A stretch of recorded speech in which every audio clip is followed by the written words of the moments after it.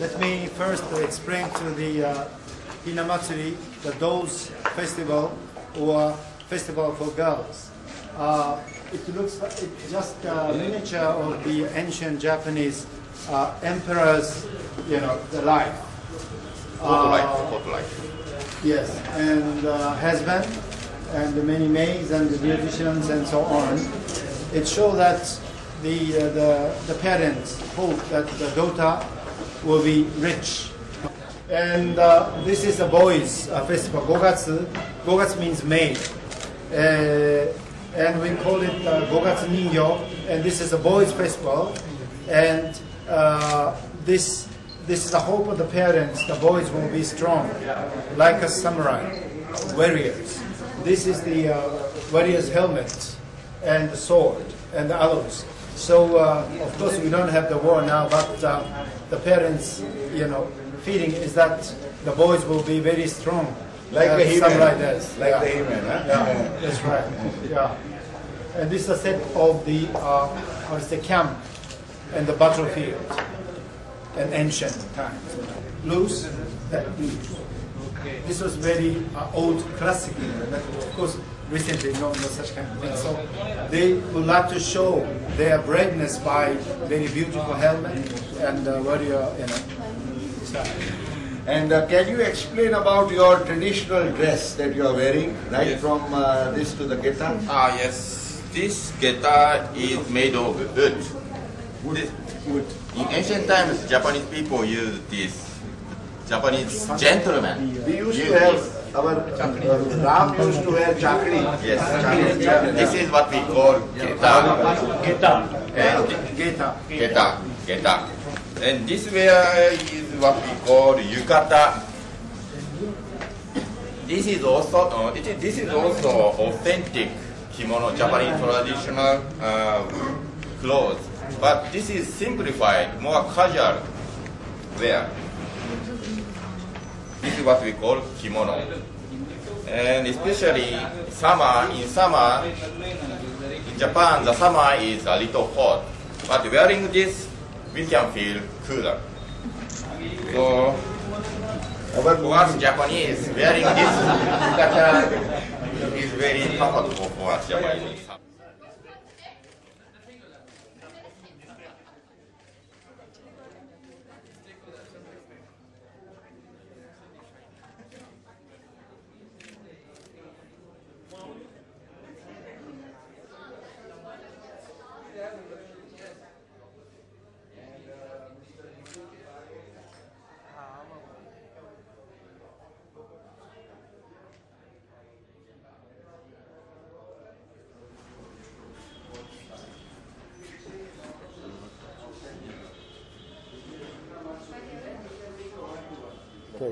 Yeah, well, I'm glad we are very glad to organize this nice exhibition with the support of the Mr. Patel and his people from Ahmedabad Management Association and Indo-Japanese and Friendship Association.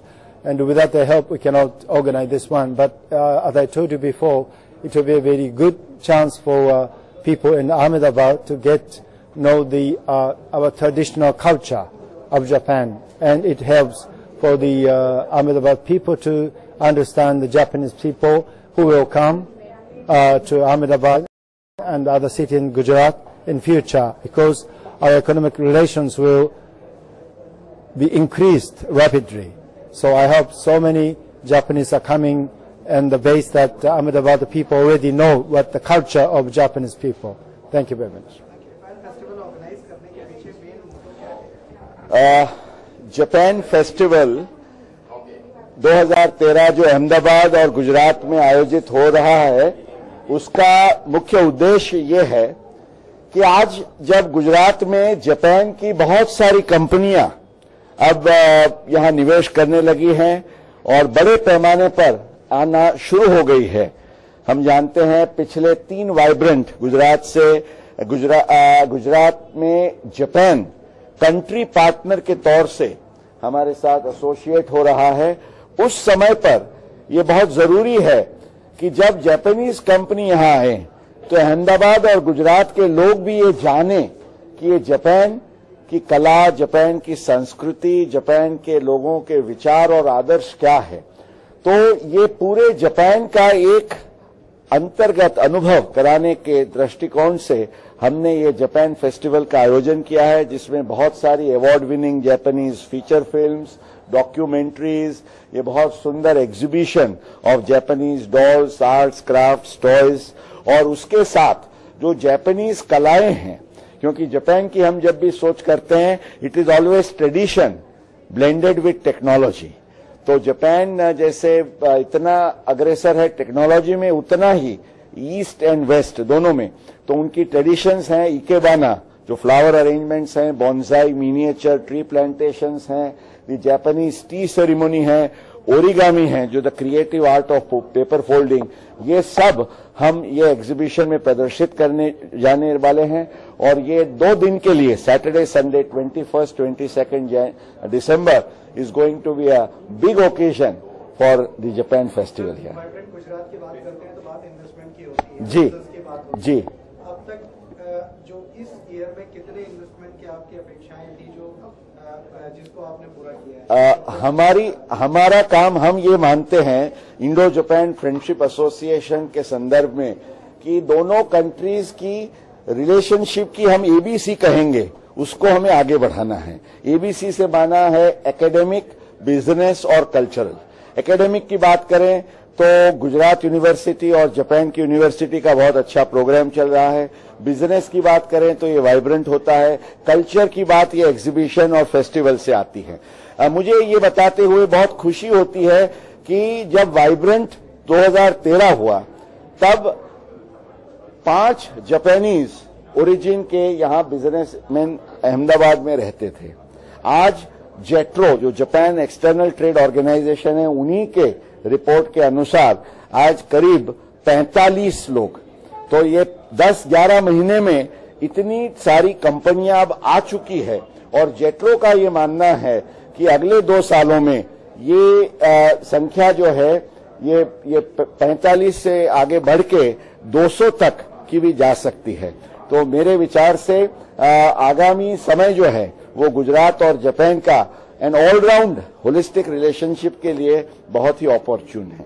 Sir एक question की, please. जैसे अब उनके investment यहाँ पर ज्यादातर किस sectors में है? नंबर सेकंड, भारत उन्हें क्या दे रहे हैं? एक तो यहाँ हमारा जो मेन इन्वेस्टमेंट अभी हाल ही में हो रहा है वो ऑटो सेक्टर में है। जैसे हमारे कौंसल जनरल साहब ने भी आपको बताया कि सुजुकी मारुति का जो जॉइंट वेंचर है वो यहाँ गुजरात में सेटअप हो रहा है। तो बहुत सारे ऑटो पार्ट्स, और ऑटो पार्ट्स में जापान की मास्टरी है, आप जानते हैं। और जैसे अपने हिटाची के एयर कंडीशनर्स और वो हैं, हिटाची का और भी एक बहुत बड़ा प्लांट हो रहा है। सो बेसिकली ये टेक्नोलॉजी और ऑटो के ये डायरेक्शंस में जहां जापान की स्ट्रेंथ है वहां ये सब चीजें हो रही है। अब हम क्या दे सकते हैं उनके, उसके लिए मैं एक ही बात कहूंगा। कुछ समय के पहले हमारे एएमए के प्रांगण में ही योगो माना वहां का एक स्टेट है, जैसे हमारा गुजरात है, वहां योगो का और उसका कैपिटल सिटी है कोबे। तो कोबे के जो गवर्नर हैं और वाइस गवर्नर, वो दोनों यहां आए थे और वो काफी प्रभावित हुए हमारी यहाँ की ये मुलाकात से। और उन्होंने हमें इनविटेशन दिया है कि आप अपनी बात, जो गुजरात की बात है, वो योगो में लेके आए, क्योंकि कोबे जो सिटी है, आपको शायद पता होगा कि कोबे में सबसे ज्यादा गुजराती जापान में अगर रहते हैं तो वो कोबे में है। तो मेरे विचार से ये एक पुराना लिंक जो है कोबे और अहमदाबाद का, वो रीएस्टैब्लिश होगा और कंटिन्यू होगा। Thank you very much.